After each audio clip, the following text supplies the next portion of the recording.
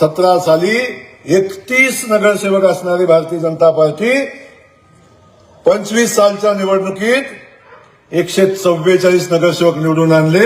ही ताकद भारतीय जनता पक्षानं या सोलापूर जिल्ह्यामध्ये निर्माण केली. आणि हे म्हणतात सुपरा साफ झाला.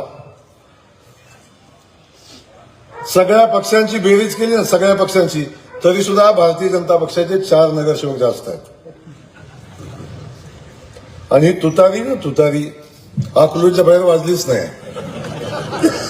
आणि अकलूज मध्ये वाजताना पण खालनं वरनं सगळीकडून घाम आला.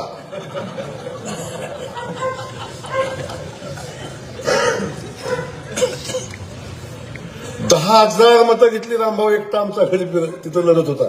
10,000. जिथं बूथ लागत नव्हतं, बूथ लागत नव्हतं, अशा ठिकाणी 10,000 मतं घेतली. 5 सीट निवडून आल्या.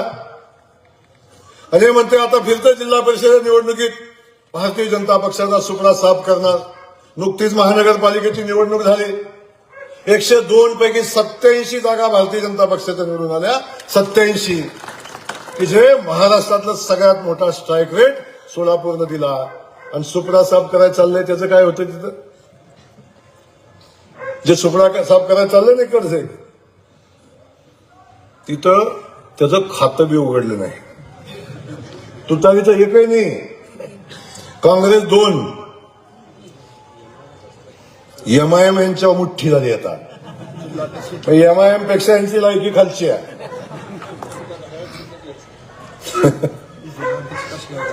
काय अवस्था यांची आहे.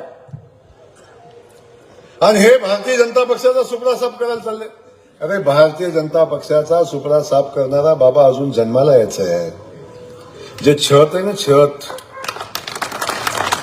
शंकरराव मोहिते पाटला कारखान्याव, ते पलीकडची सदाशिवनगरचं काय नाव ते कारखान्याचं, त्याचं नाव काय, शंकर सहकारी कारखान्याव जे छत आहे ना, छत दिले ते देवेंद्र फडणवीसांनी दिले. ते ज्या दिवशी काढतील का नाही, ऊस टाकल्यावर काय म्हणतात त्याला, रवा येतं,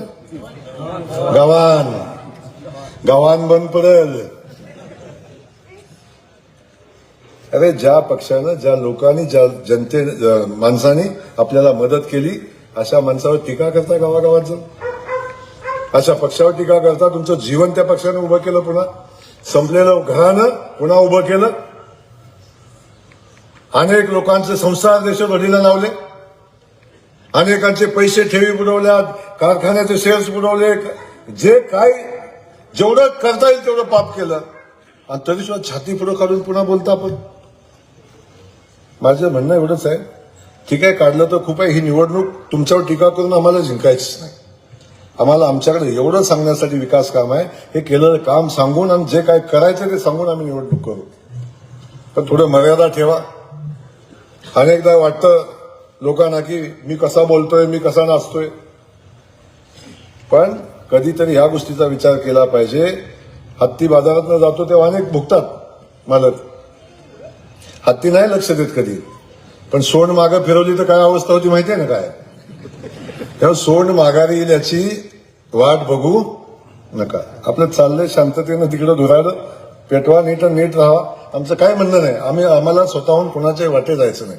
आम्हाला राजकारण करत असताना जनतेच्या हिताचं राजकारण करायचं, लोकांच्या सोबत राहून राजकारण करायचं. माझी विनंती आपल्या सगळ्यांना आहे की या जिल्हा परिषद गटातले आमचे उमेदवार आहेत, या सगळ्या उमेदवारांच्या पाठीशी आपण ताकदीनं उभं राहावा.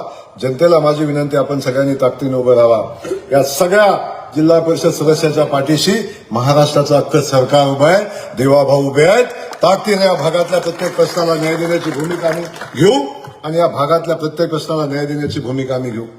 तेव्हा सुदैवानं आता मी या जिल्ह्याचा पालकमंत्री पण आहे आणि ग्रामविकास खात्याचा मंत्री पण आहे. तेव्हा मालक आमची विनंती एवढीच आहे की जिल्हा परिषदेवर पहिल्यांदा भारतीय जनता पक्षाचा झेंडा स्वतःच्या ताकदीवर फडकला पाहिजे.